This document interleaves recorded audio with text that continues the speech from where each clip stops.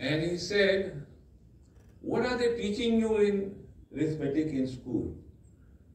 और हम भी बेवकूफ तो थे, हमने बता दिया साफ साफ कंपाउंड इंटरेस्ट पढ़ा रहे हैं। तो उन्होंने पूछा कि do you know what is compound interest? तो हमने समझा दिया, हमें मालूम था। सिंपल इंटरेस्ट हमें मालूम था, सब बता दिया। पूछा कब से पढ़ा रहे हैं? तो हमने अपनी जो स्कूल की होमवर्क वाली पुस्तक होती है, कैलेंडर कहते थे, उसको खोल के बताया कब से होमवर्क मिल रहा है। तो 3 महीने से कंपाउंड इंटरेस्ट रटाए जा रहे। मैंने छोड़ दिया था, पढ़ना ही बंद कर दिया। I hated. आज भी कंपाउंड इंटरेस्ट आप कहिए तो मुझे औकाई आती है। ये मेरी दशा थी। तो पिताजी ने मुझे कुछ कहा नहीं, उनके हाथ में वो पत्र था। आई थॉट कि शायद इस पत्र में लिखा है पिताजी को कि आप इसका कंपाउंड इंटरेस्ट में इंटरव्यू लीजिए। यही सोच के वर्षों बाद पिताजी ने मुझे बताया कि उस पत्र में लिखा था यह बच्चा गणित में अत्यंत कमजोर है और इसको आप ट्यूशन दिलाइए गणित में। You know, my father was one of India's foremost mathematicians. Foremost mathematicians. और समझ भी ईश्वर की कृपा से अच्छी थी कि उन्होंने मेरे सामने बिना बताए पत्र में क्या है उस समय पत्र को फाड़ के अपने वेस्ट बास्केट में डाल दिया। And he let me go. वर्षों बाद उन्होंने बताया कि this is what was written. That's how, and you know, I remember this. My mother also told me this, that during the course of my journey from kindergarten till the 7th grade, she had to go to the school. जब मैं भागवत जाता था, तो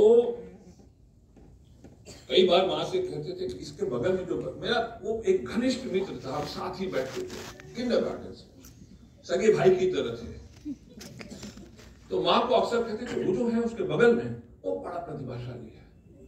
अरे भाई वो है न है, उससे मुझे क्या है? आप मेरे बारे में सोचिए, बताइए क्या कर सकते हैं क्या नहीं है, क्यों पढ़ते हैं क्यों नहीं पढ़ते हैं। That is the tragedy. Do you know, I wrote my first research paper in mathematics at the age of 17 as a first year college undergrad. And it is recorded in one of the most, मैं अपनी प्रशंसा के लिए नहीं कह रहा, I'm trying to tell you how much off the track my teachers were. And I want us, all of us, to think about this जब हम pedagogy की बात करते हैं.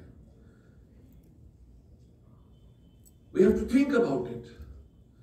Why are we always so busy in judging? Bharat का obsession है judge. इसीलिए तो हम इतने टेस्ट लेते हैं। जब देखो एक टेस्ट हो दो, एडमिशन का टेस्ट हो दो, इसका टेस्ट हो दो, कौन सा टेस्ट हम नहीं लेते? नीट है, JRF है, क्या है पता नहीं, मैं तो भूल के अब तो दिमाग ही चकरा जाता है। कौन सा टेस्ट नहीं है भारत में? आउटर स्पेस से अगर भारत का आप चित्र देखेंगे तो it will look like one big examination centre. That's what we're doing.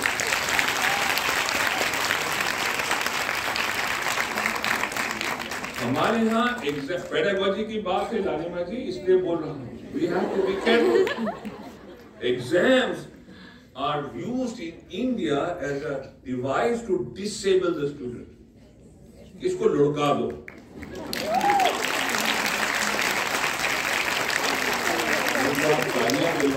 कल इलेक्शन ही लड़ जाऊंगा। You know, we always look upon an exam कि टीचर सेट करता है ना, मेरे मन में हमेशा यही परिकल्पना होती कि बैठ के सोच रहा है ऐसा पूछो कमबख्तों को कुछ पता नहीं। और कैसा होना चाहिए, भारत की परंपरा से हमें सीखना चाहिए। हम जो बार बार कहते हैं ना कि हम विश्व गुरु थे, तो मुझे खींच होती है कि जो विश्व गुरु की असली सीख है, जो हमें धरोहर के रूप में प्राप्त हुई है, उसकी ओर तो कोई ध्यान ही नहीं देना चाहता। क्या है धरोहर?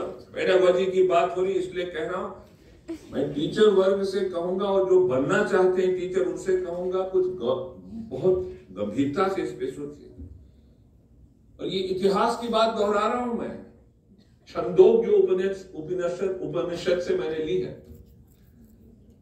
एक महागुरु थे इतिहास में, ईसा मसीह से कई सौ साल पहले, गौतम हरिद्रुमत। महागुरु हरिद्रुमत के गुरुकुल में 12 वर्ष का एक बालक आता है प्रवेश के लिए। पहली सीख भारत की परंपरा में 12 वर्ष के पहले भेजते नहीं थे पढ़ने के लिए, होम स्कूल करते थे। 18वीं शताब्दी तक मैंने इतिहास के कई ऐसे शोध कार्य पढ़े हैं गंभीर, जिन्होंने पता कर करके, जैसे बंगाल की परंपरा में बताया गया कि 12 वर्ष की आयु तक बच्चे नहीं जाते थे गुरुकुल में, घर के आसपास ही पढ़ते थे। सम इनफॉर्मली लोकल टीचर रहता था, 4-5 बच्चे मोहल्ले के बैठ के, उसको खाना पीना मिल जाता था, वो उनको करता था, और बुजुर्ग भी शामिल हो जाते थे। और बंगाल की परंपरा ज्ञान विज्ञान के क्षेत्र में बड़ी मजबूत रही है हमेशा से। लेकिन भारत इसको तो खो बैठा। हमने तो गोरों से सीखा, गोरे पलट गए, गोरे तो नई नई प्रक्रियाएं, नए नए विकल्प निकाल रहे हैं, लेकिन हम अभी भी उसी दलदल में फंसे हैं। 3 वर्ष की आयु, 2 वर्ष की आयु से माता पिता परेशान हो जाते हैं, इसको दाखिला दिलाना है, कहां ले जाएं, फिर नर्सरी में, प्ले स्कूल में डालते हैं, बच्चे को बर्बाद कर देते हैं। 12 वर्ष की आयु पे जाते थे, और देखिए क्या क्या कैसे बर्बाद करते हैं, इसको भी इसी संदर्भ में मैं बताऊंगा जो मैं आपको बता रहा हूं।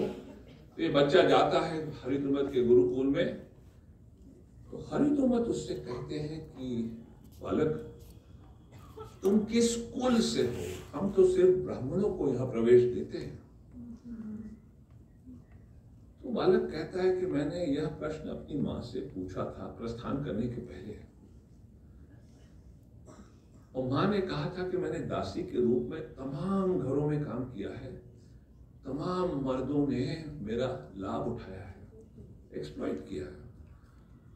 मुझे नहीं मालूम कि तुम्हारे पिता कौन है, पर तुम गर्व से कहना कि तुम दासी पुत्र सत्यकाम हो, जाबाला के पुत्र सत्यकाम हो, दासी जाबाला के पुत्र सत्यकाम हो। देखिए परीक्षा कैसे ली जाती है, टेस्ट। तो हरिद्रमत क्या कहते हैं कि बेटा ब्राह्मण तो उसी को कहते हैं जो सत्य के अधीन हो, जन्म से कोई ब्राह्मण नहीं होता है। और इसीलिए मैं तुम्हें दाखिला दूं कि तुम ब्राह्मण हो, सत्य के अधीन हो। उसके आगे तो पूछा ही नहीं उन्होंने कि डीएनए लाओ या आधार लाओ या वो लाओ, कुछ नहीं, ब्राह्मण मान लिया। इसी ब्राह्मण कौन है? जिसको ब्रह्म ज्ञान हो, सुप्रीम कॉन्शियसनेस की ओर जो जा रहा हो वो ब्राह्मण होता है। अगर सत्य का मार्ग नहीं अपनाओगे तो कहां से ब्रह्म ज्ञान होगा? ये भारत की परंपरा, जब हम कहते हैं विश्व गुरु है, बता दो एक स्कूल जो इस प्रकार से सोचता हो बच्चे के बारे में, मैं उसके सामने झुक जाऊंगा। मुझे तो नहीं मिला। क्या परंपरा थी? जब मेरी बेटी 3 वर्ष की हो गई तो हम लोग भी थोड़ा परेशान थे, भाई डालना पड़ेगा स्कूल में, क्या करें। हिम्मत नहीं थी मेरे अंदर कि मैं होम स्कूल करूं, कायर था मैं ले गया। ढूंढते ढूंढते 2 ही 3 स्कूल मुझे लगे कि शायद ये ठीक होंगे। दिल्ली की बात कर रहा हूं, शायद इलाहाबाद एनलाइटन प्लेस है, मैं नहीं जानता, यहां शायद अच्छी बातें होती होंगी। तो मैं जिस स्कूल में ले गया पहली बार, तो वहां मुझे कहा कि साहब फॉर्म भर चुका था मैं, मुझे क्या मालूम वहां क्या होता है। तो मुझे कहा कि अब आप बच्चे को दे दीजिए, हम ले जाएंगे, इसका इंटरव्यू लेंगे। अच्छा, मेरी बेटी तो मेरे धर्मपत्नी से भी 2 फुट आगे ही है इन चीजों में, उससे कहा मैं नहीं जाऊंगी। तो मुझे खुशी हुई, मैं लेके घर आ गया कि चलो इन चीजों से हम बचे, अगर ये नहीं जाएगी तो मैं तो कभी इसके साथ दूर। Now I want you to think carefully. Einstein और रामानुजन 5 वर्ष की आयु तक बोलना लिखना पढ़ना नहीं जानते थे।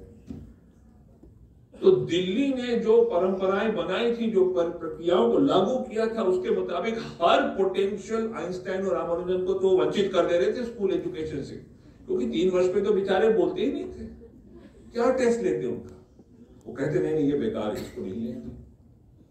ये है भारत की परंपरा। हम विश्व गुरु का दावा करते हैं, कहां से कहां नीचे आ गए हम। I want you to think about that. दूसरी सीख हरिद्रमत और सत्यकाम के संवाद की इतनी गहरी सीख है। ऋग्वेद के आरंभ में, हम तो विश्व गुरु की बात करते, बार बार मुझे खींच होती है।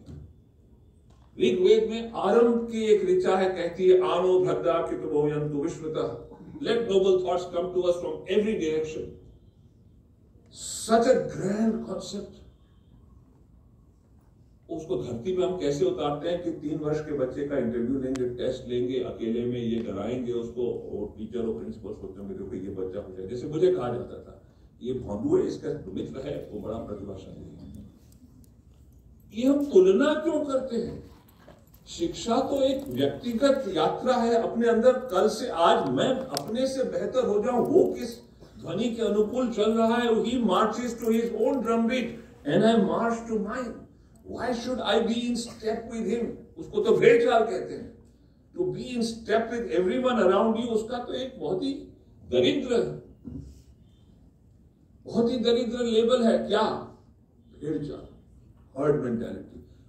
गांधी अगर ये करते तो कभी महात्मा गांधी नहीं बनते। अगर तेंदुलकर करते तो वो भी नहीं बनते तेंदुलकर। वो तो उन्होंने 12वीं में बड़े मुश्किल से पास किया। उनकी ध्वनि तो कुछ और कहती थी कि क्रिकेट खेलो, धर्म तुम्हारा क्रिकेट है, चिंता ही मत करो। देखो, यही है शिक्षा की मूल जो सीख, मौलिक बात है। क्या?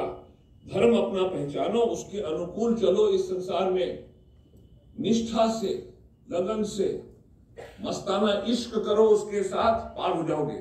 लेकिन हम तो भेड़ चाल, पूरा सिस्टम हमारे समाज का भेड़ चाल, आईआईटी, सरकारी नौकरी। हम कभी ठहर के सोचते ही नहीं है।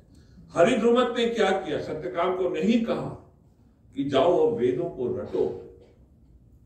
उनको he gave him 300 odd head of cattle and he said, go into the forest and do not return until they have multiplied 3 times. Do you know something? This is not just about philosophy. In those days and centuries after that, wealth was measured in terms of the number of head of cattle a person owned.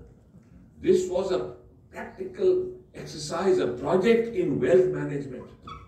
रटने को कुछ नहीं कहा गया। और सफलता को कैसे मापा जाएगा कि भाई देखते हैं तुमने क्या प्रयास किया, कितने होंगे नहीं होंगे इसकी चिंता नहीं है। How you go about the process of trying to get them to multiply educates you. The process of that experiment educates you. Don't worry too much about the outcome. But Satyakam, he managed to multiply them. And when he returns, then Haridrumat says, there is enlightenment on your face. Who taught you? And Satyakam says, I learned from the forest, the trees, the wind, the water, the animals. What did he mean by that? Right? If you have to multiply cattle, you better learn how to take care of their health, their diet, their shelter, और अपना भी तो ख्याल करना होगा। तो तुम्हें क्या नहीं सीखना पड़ेगा? हाथों के प्रयोग से, हैंड्स ऑन। ये दूसरी परंपरा है भारत की, जिसकी वजह से हम विश्व गुरु उन दिनों में थे। Hands on experience. ये ब्लैक बोर्ड तो गोरे लाए हैं, और अब हमने क्या किया? रविन्द्रनाथ ठाकुर 100 वर्ष पहले कह रहे हैं कि भारत ने एजुकेशन को क्लासरूम और ब्लैक बोर्ड में बांध दिया है। उसको इस एजुकेशन से, संसार से क्या लेना देना, उसकी चिंता ही नहीं है भारत में। 100 वर्ष पहले और आज वही परंपरा चल रही है। क्लासरूम में बिठाते हैं, सब्जेक्ट आफ्टर सब्जेक्ट रटाते हैं, किताब से रटो, हम जो लेक्चर दे रहे हैं चुपचाप नोट्स लो, और फिर हम इम्तिहान लेंगे, ये 6, 8, 10 सवाल आते हैं, इसी में से रटो, बाहर निकाल देते हैं। ये तो कोई पूछता ही नहीं कि इसने ठहर के अपने अंतर्ध्वनि को पहचाना कि नहीं, और कैसे पहचानेगा? जब तक आप उसको व्यवहारिकता से नहीं जोड़ेंगे कभी नहीं होगा। देखिए, जिनको भी मैंने आदर्श माना अपने जीवन में, सब व्यवहारिक थे। Let's begin with Albert Einstein. I don't know how many of you know that he was extraordinarily gifted as a craftsperson with his hands. Did you know that he had 50 patents and inventions to his credit, in addition to general and special relativity and photoelectric effect? वो सब छोड़ दीजिए। He was the one who invented the world's first safe modern refrigerator. Albert Einstein अपने हाथों से। He invented the world's first automatic camera. Do you realize this? I want the children to understand. कितने व्यवहारिक थे, हाथों के प्रयोग में निपुण थे।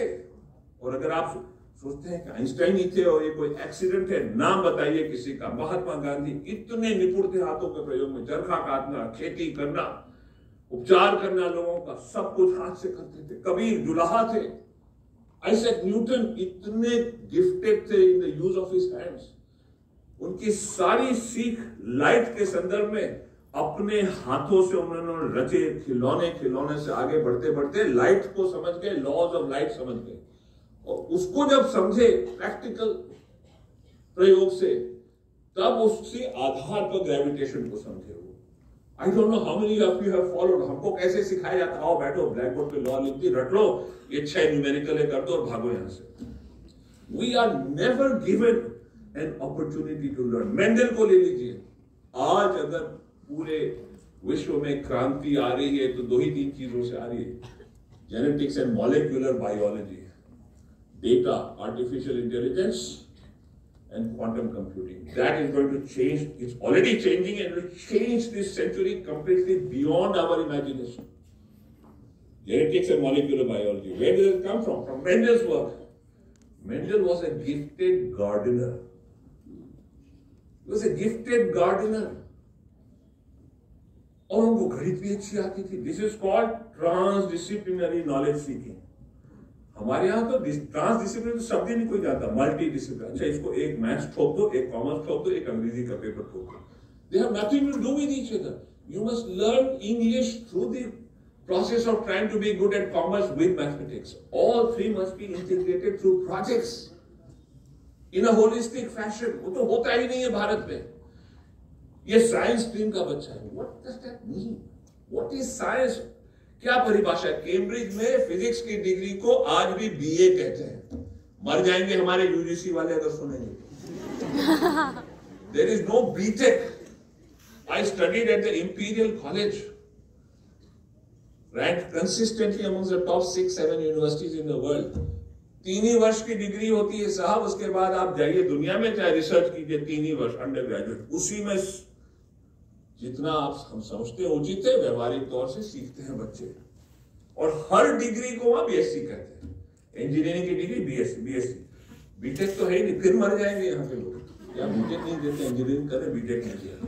अरे टेक तो यहाँ है। कबीर ने कितने खूबी से कहा, माला कहे काट की तू क्यों फेरे मोहे, मन का फेर ले तुरंत मिला दू तुझे। अगर शिक्षा को सफल बनाना है तो कबीर को समझिए। गुरु नानक हमेशा जो भी उनके पास अनुयायी बन के आता था उसको अपने साथ खुद और उसको खेतों में काम करवाते थे। मेंडल अगर गार्डनिंग न जानते होते तो अपने हाथों से उन पी प्लांट्स के फ्लावर्स को जनरेशन आफ्टर जनरेशन उन्होंने उगाया, और चूंकि गणित आती थी तो गणित से उन्होंने वो पैटर्न को समझ लिया और लॉज ऑफ जेनेटिक्स आ गई, जिससे आज क्रांति आई है। मुझे एक स्कूल बता दीजिए भारत में जहां कहा जाता है कि भाई मेंडल के लॉज ब्लैक बोर्ड पे तो मत सीखो, पहले हम उगा के देखते हैं। और सिर्फ फूल से नहीं कर सकते, you can take the drosophila fly, और 1 महीने में उसके कई जनरेशन आ जाते हैं, आपको जेनेटिक पैटर्न्स की लॉ अपने आप दिख जाएगी। इसी से माइंड इन्वेंटिव बनता है, व्यवहारिकता से हम ग्रहण करते। गांधी कहते थे in the context of education, और गांधी ने कभी किसी चीज पे टिप्पणी नहीं की जब तक प्रयोग करके सीखा ना।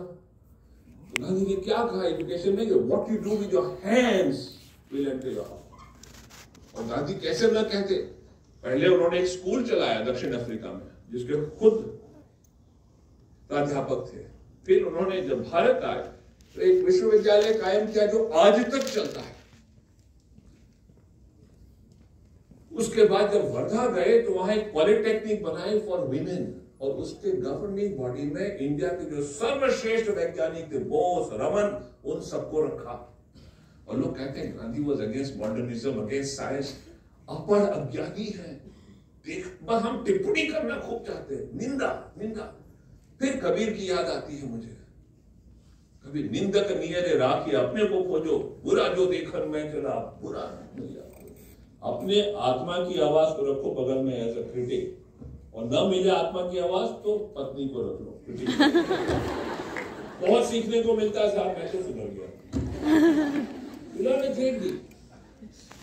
And you know this, never be in this business कि मैं बहुत अहंकारी, मुझे सब आता है। हम जो टीचर है ना, बच्चों से कभी नहीं कहते चलो मिलके पता करते। Let's see, it's a joyous process of learning। कोई टीचर कहता ही नहीं। हमें 12 सॉल्ट कराए जाते थे जब मैं स्कूल में था, केमिस्ट्री में। और खबरदार जो लैब में तुमने कोई चीज बिना पूछे उसकी, ये एक्सपेरिमेंट की जगह है भाई। प्रयोग का तो मतलब ये कि हमें नहीं मालूम नतीजा क्या निकलेगा। यहाँ तो नतीजा पहले से था मालूम। वो 12 सॉल्ट दूर से सूंघ के मैं बता देता था कौन सा सॉल्ट है, रटा रटा के थक गया था। कभी स्कूल ने मुझे अवसर नहीं दिया। अपने से मैंने किया, क्योंकि पिताजी ये सब छूट देते थे। अपने से मैंने किया कि स्कूल की मिट्टी को मैं मिला के पानी में ढूंढूं कि उसमें कौन सा बैक्टीरिया है, कौन सा सॉल्ट है, कौन सा अमीबा है, कौन सा केमिकल है। वो तो मुझे स्कूल तो अवसर ही नहीं देता है। तो बच्चा हमारा इन्वेंटिव कैसे बनेगा? लेकिन टीचर कहता है सवाल मत पूछो, रटो, नोट्स लो, इम्तिहान की तैयारी करो। इम्तिहान जब तक बदलेंगे नहीं, कुछ नहीं होगा। सो एजुकेशन पॉलिसी जो है चिल्ला चिल्ला के कह रही है कि सब चीजों को बदलो, चिल्ला चिल्ला के कह रही है। And there should be no distinction between what is a school and what is higher education. Higher तो ये lower है, inferior है क्या? Education तो education होता है। क्या मतलब है education? क्या अपनी खोज करो, that's all. इसमें higher, lower, inferior, superior कुछ नहीं होता। But we don't allow that. और इस पॉलिसी में इतने गुण हैं, और मैं इस दावे के साथ क्यों कहता हूं कि इसमें गुण है, क्योंकि ये पूरी पॉलिसी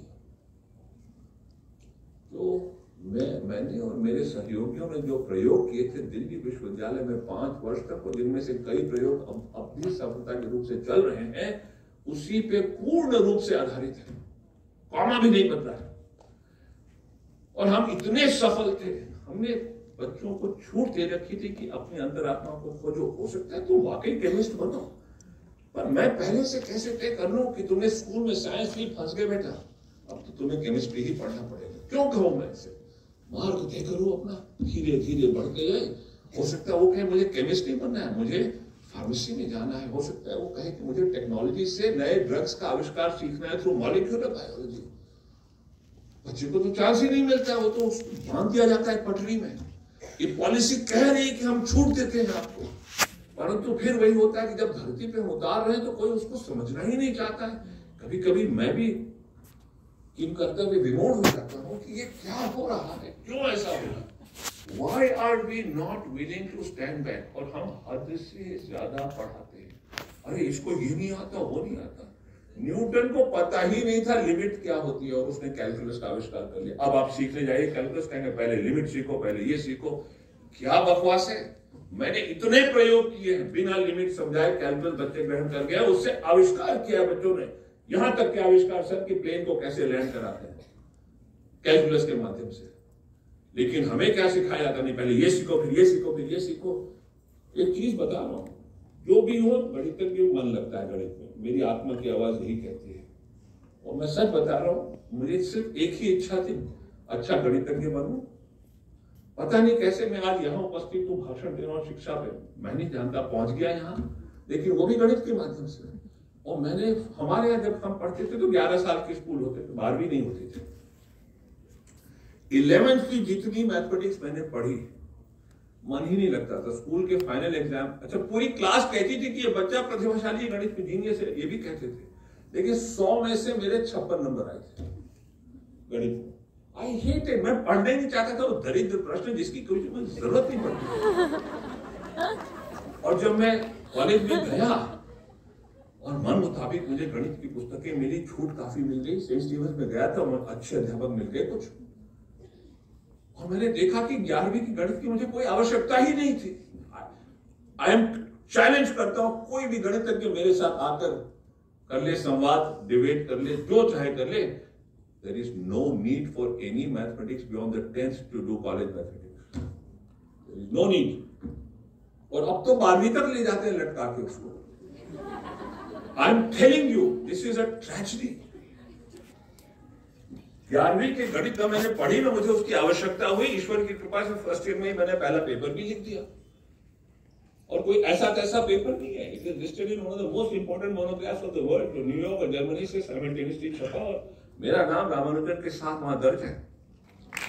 मैं इसको नहीं कह रहा, मुझे ऐसे नहीं चाहिए, तो हर बच्चा कर सकता है अगर उसके अंदर वो क्षमता हो, दम हो। डरो मत, अपने विषय से मस्ताना इश्क करो। विषय कैसे ढूंढोगे? अनुभवों के आधार पर। तो पेडागोजी की बात हो रही है, तो हमें पेडागोजी में क्या करना चाहिए? National education policy shouts from the rooftops कि करिकुलम को, नॉट द सिलेबस, हम सिलेबस और करिकुलम में बड़ा कंफ्यूजन करते हैं।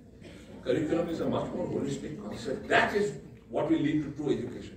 करिकुलम को 8-9 समाज, संसार, राष्ट्र की आवश्यकताओं और चुनौतियों से जोड़ो, और उसके साथ जुड़ने का माध्यम है hands on group based project learning. और करा के देख लो, किसी भी स्कूल में सफल हो जाओ। क्योंकि मैंने असंख्य प्रयोग किए हैं स्कूल में, 6ठी क्लास के, 8वीं क्लास के, 12वीं के, हर तरह के बच्चों के साथ। 6ठी के बच्चों को मैंने कॉलेज के बच्चों के साथ प्रोजेक्ट कराया। जब भी हैंड ऑन प्रोजेक्ट कराया, वो प्रोबेबिलिटी थ्योरी को नैसर्गिक रूप से सीख लेते हैं, उसमें नई सोच लाते हैं। लेकिन हम तो चाहते ही नहीं है। 6ठी क्लास की बच्चियां थी, जस्टिस टंडन 25 बेंगलोर में थी, 25 दिल्ली में। मैंने पहले से ठोक बजा लिया, उन्होंने कहा गणित से चिढ़ है। मुझे भी थी 6ठी में तो चिढ़। उन्होंने कहा क्या पढ़ रहे हो? बोली थी पैरेलल लाइंस पढ़ा रहे हैं। वो कह रही थी हम समझ ही नहीं पाते, बोर्ड पे आती है टीचर 2 लाइन से खींच देती, ये पैरेलल है। उसने आगे जाके पैरेलल होगी कि नहीं होगी? हाँ, वो जब तक जाओगे पैरेलल होगा। ऐसा नहीं होता, parallel lines meet at infinity, ये गणित से सिद्ध होता है। छोड़िए, वो सब भूल जाइए। तो मैंने एक प्रयोग किया, पैरेलल लाइंस को मैंने समझाया कि कैसे पैरेलल होती हैं। There is nothing like what is parallel. अगर आप बोर्ड पे कितना भी रूलर से 2 स्ट्रेट लाइन खींचिए, उसको 100 गुना और मैग्नीफाई कीजिए, देख लेंगे पैरेलल नहीं है। पैरेलल का अर्थ क्या है? These are all approximations. There is nothing like an ideal line. Line तो एग्जिस्ट ही नहीं करती है। There is no such thing as a line in the real world. You can not draw a line. A point does not exist.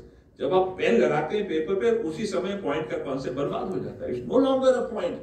लेकिन हमारे काम के लिए वो पर्याप्त है। तो मैंने उनको कहा कि सूरज की किरणें जब चलती हैं सूरज से, तो एक छोटा सा, इतनी दूरी है सूरज की, that is almost like a point. तो 2 किरण चलेंगी तो ऐसे चलेंगी, जब तक वो धरती पे पहुंचती हैं, they are parallel. No instrument on earth, even though they are not parallel, they are almost parallel. और उसका मैंने एक सरल प्रयोग कराया। सरल, इतना सरल कि कोई गणित की आवश्यकता ही नहीं है। और हम सेल फोन से जुड़े रहते थे। उस समय ये वीडियो नहीं होता था, सिर्फ सेल फोन था, ऑडियो, लेकिन वही पर्याप्त था। उधर मैंने 2 अपने सहयोगियों को भेज दिया था, बंगलौर में थे, 2 यहां थे, मैं संचालन कर रहा था। और इसी से करते करते करते ये 6ठी की बच्चियों ने, they measured the circumference of the earth. धरती को बांध लिया उन्होंने। 6ठी की गणित, 6ठी की पैरेलल लाइन, नो टेक्नोलॉजी, सिर्फ खूंटे को गाड़ा धरती पे, शैडो का एंगल मेजर किया, और पैरेलल लाइंस क्या है, ये ट्रांसवर्सल है, और निकाल दिया धरती का। बैंगलोर और Delhi are almost on the same longitude, so everything worked. That's why we chose Bangalore and Delhi. What a matter. And you know what? Then I took anonymous feedback from all 50 girls. And they said, not only have we enjoyed this, but we have begun to love mathematics. We will never forget this. Try doing that. We don't. हम तो लटका देते हैं इम्तिहान की तैयारी को, नहीं तो IIT में नहीं होगा। IIT के बच्चों से मैंने इतनी बात की, मैं गवर्निंग बॉडी में रहा हूँ IITs के वर्षों, और मैं जब अलग से बच्चों से बहुत मिलता था, जब बात करता था, तो रोते थे सब के साथ। हमें यहाँ एक ही चीज सिखाने को मिलती है, सीखने को। हर मंडे इम्तिहान कैसे देखते हैं और फिर भूल जाते हैं क्या सीखा है। ये हम सीख गए हैं कि पिछले वीक को कैसे भूलना है, उसको रटो और उगल दो, निगलो उगलो, निगलो उगलो, हर हफ्ते, हर सप्ताह। मेरे पास लिखित है, लिखित। उन्होंने कई बच्चों ने अपने नाम दिए कि साहब हमें चिंता नहीं, यहाँ कुछ नॉलेज नहीं होती है। इसीलिए तो भारत आविष्कार के देश संदर्भ में बहुत कमजोर हो जाता है। हम जेन्युइन नोबेल प्राइजेस इसीलिए नहीं आ रही है आजकल हमारे यहाँ, क्योंकि हमारे यहाँ इन्वेंटिवनेस चला गया है, project based, group based learning नहीं है, समाज की समस्याओं से पाठ्यक्रम नहीं जुड़ा है, व्यवहारिक नहीं है हम। लेकिन नेशनल एजुकेशन पॉलिसी इतनी बढ़िया है कि मेरे जो मित्रगण है विदेशों में, वो कहते हैं कि साहब इतनी अच्छी पॉलिसी बनी है, तुम लोग कब कहां से कहां निकल जाओगे। किसी को लग रहा है कि हम ठीक से लागू करें। मैं अच्छे अच्छे विशेषज्ञों की बात कर रहा हूं। The head of the European Union's entire knowledge enterprise, who is a personal friend of mine, I have his email, Dinesh, I envy you. I could not have asked for a better policy. But do we see the effects? No. Such an enlightened policy is being sent to ruin. That is my worry. That is the tragedy. But I am an optimist. I am an eternal optimist. Bharat का जो युवक है वो सत्यकाम है. हर युवक के अंदर सत्यकाम बसता है, चाहे वो लड़का हो चाहे लड़की हो. रामानुजन बसते हैं, मीराबाई बसती हैं. इन सब की आत्माओं की आशीष है. भारत अपना मार्ग तय करता रहेगा. और मैं मानता हूं अगर हम इसको ठीक से लागू करें, मुझे इसलिए आशा बनती है कि कुछ हिस्सों में भारत के अब मैं देख रहा हूं कि लोग की समझ काफी सुधर गई. पॉलिसी को लेकर अच्छी तरह से लागू होना शुरू हो गई है. जम्मू में हो रही है, कश्मीर में हो रही है, कोयम्बटूर में हो रही है. मैं देख रहा हूं और भी होंगे, मैं तो नहीं जानता, इतना तो मैं भ्रमण भी नहीं कर सकता. और जब ये होगा तो our youth will truly find their purpose in life and evolve according to their own desires, unafraid of what the world has to say. In all humility, they will. देखिए इसके humility के बिना तो कुछ नहीं होता. नॉलेज तो कभी आएगी नहीं. हम जो नॉलेज से जुड़े हैं, हमारा धर्म है नॉलेज, ईश्वर है नॉलेज. और वो ईश्वर कब आएगा? जब हम अहंकार विहीन हो जाएंगे. कबीर फिर याद आते हैं, जब मैं था तब हरि नाही, अब हरि है जब मैं नहीं. तो अहंकार को हटाएंगे तभी तो जगह बनेगी ज्ञान की. तो हम अध्यापक वर्ग के लिए तो बहुत जरूरी है. अध्यापक वर्ग इतना जजमेंटल होता है. मुझे याद है सर, मैं जब 5 वर्ष पहले आया था तो मैंने एक गालिब का शेर यहाँ बताया था. एक्चुअली ये गालिब में कहानी है, लेकिन अगर गालिब का नाम जोड़ दो तो सिक्का चल जाता है. उसमें दम है. हम वो अध्यापक वर्ग को बड़ा लागू होता है. 5 वर्ष में जो लोग यहाँ से पास कर गए तो मेरा सिक्का फिर चल जाएगा. गालिब ने, और ये अध्यापक वर्ग इसको ध्यान से सुना. हम हमेशा पर मुझे हम मेरे अध्यापक जो दोष देते थे ना, गणित में कमजोरी है, सीखता नहीं, भाग जाता है. कभी ठहर के सोचा नहीं कि शायद हम ऐसा संचालन कर रहे हैं, इसका मन नहीं लगता है. देखे तो इससे पूछे किस में मन लगता है. और देखिए गणित आप मुझसे पूछे तो मैं कहता मुझे मैदान में खेलने दो, मुझे टुकड़ियां बनाने दो. मैं संचालन में बड़ा तेज था, गणित में मैं काफी तेज था. बुरा नहीं था, लेकिन वो क्लास की गणित से मतलब नहीं रखता था. तो अगर मुझे उस तरह की छूट मिल जाती तो मैं कर लेता बहुत कुछ. लेकिन वो तो कहते थे कि ये बगल वाला बड़ा तेज है, ये हर वक्त दोष देना. यही गालिब ने कहा, उम्र भर आईना साफ करते रहे. उम्र भर आईना साफ करते रहे, धूल तो चेहरे पे. I think we as teachers should think about that. But again, I'm telling you, अगर हम artificial intelligence, computational technology, data, project-based learning, transdisciplinary approach connected to the needs and challenges of the world and society and the country ठीक से समझ ले और लागू कर ले, तो भारत हर किसी से, और हम कोई प्रतियोगिता में नहीं है, परंतु भारत जैसा पहले था, यही सारे सिद्धांत का भारत पालन करता था. ये कोई नई बात नहीं है. अनादिकाल से भारत इसी को समझता था, इसीलिए उसको विश्व गुरु कहते थे. गणित के इतने ऊंचे ऊंचे आविष्कार हुए हैं. मैं हिस्ट्री की बात कर रहा हूं. कैलकुलस जिसको कहा जाता है one of the finest invention of the human mind was invented in India 500 years before Newton for the same reasons, astronomy and planetary motion. Bhaskaracharya ने किया था 12वीं शताब्दी में. वो भी planetary motion. और what is the word he uses for the derivative? तात्कालिक गति. न्यूटन एग्जैक्ट वही वर्ड यूज करता है, इंस्टेंटेनियस वेलोसिटी. क्यों? क्योंकि भारत ज्ञान विज्ञान में व्यवहारिकता और ट्रांसडिसिप्लिनैरिटी से जुड़ा हुआ था, इनोवेशन से जुड़ा हुआ था. यही हम पिछले 150-200 साल में सब भूल गए हैं. National education policy gives us the chance, but the teachers have to reinvent themselves. हमारी आदत नहीं जानती ना. अरे नहीं साहब, ब्लैक बोर्ड पे नहीं लिखेंगे, टेस्ट नहीं लेंगे तो कैसे काम चलेगा, नोट्स नहीं देंगे तो काम कैसे चलेगा, बोर्ड के एग्जाम में लुढ़क जाएंगे. कुछ नहीं बिगड़ता किसी एग्जाम से. मेरा आज तक जब से मैंने पास किया, पीएचडी किया, जो भी नौकरी मुझे मिली, मुझसे किसी ने नहीं पूछा कितने अंक आए, किसी ने नहीं पूछा. और मैं ये नहीं कह रहा हूं कि सब do what I am doing, do what your heart tells you. मुझे तो बिना अप्लाई किए इन एब्सेंशिया मुझे सेंट स्टीफन से अप्लाई जॉब दे दिया. मैं अभी तो विदेश में ही था, मुझे पता भी नहीं था. और जब मैं यहाँ आया और 1.5 वर्ष बाद नीलांजा से परिचय हुआ, मैं इनको छीन के भगा ले गया, शादी हो गई। इनका परमानेंट जॉब था एम्स में, ऑल इंडिया इंस्टीट्यूट में, मेरा था सेंट स्टीवन में। शादी के 1 महीने बाद हम दोनों ने त्यागपत्र दे दिया और यहाँ इलाहाबाद आ गया। और इंडियन क्रिकेट टीम कानपुर में टेस्ट मैच खेल रही थी, हम दोनों चले गए वहां टेस्ट मैच देखने। फिर वो दिल्ली के खेलने, हम दिल्ली चले गए।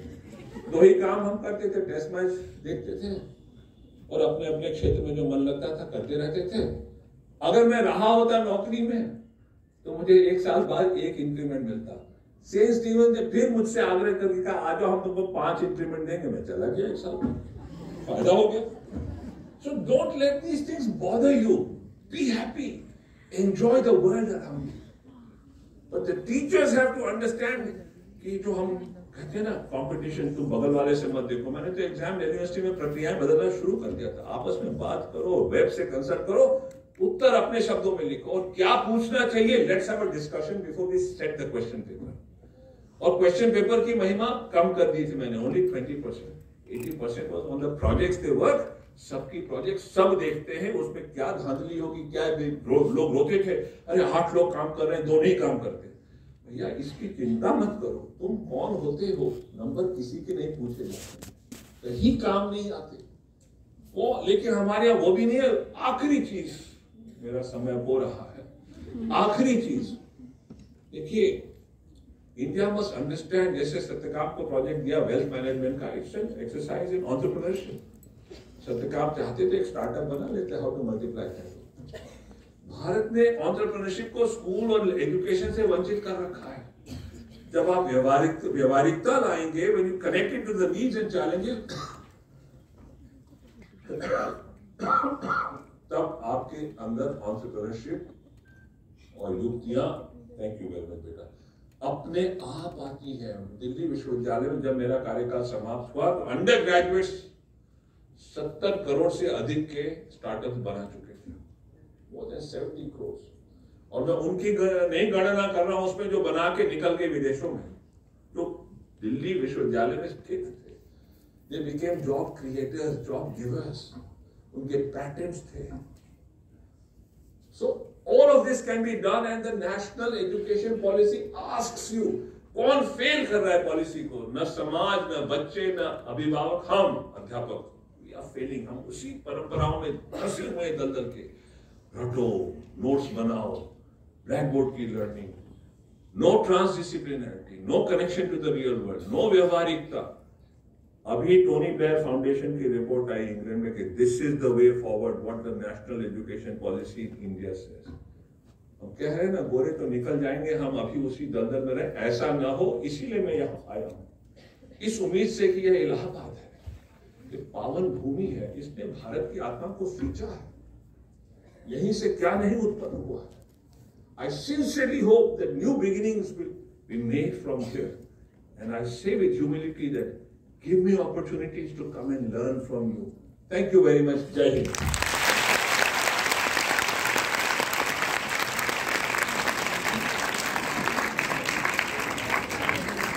Thank you, sir. You have given us food for thought through anecdotes and have filled us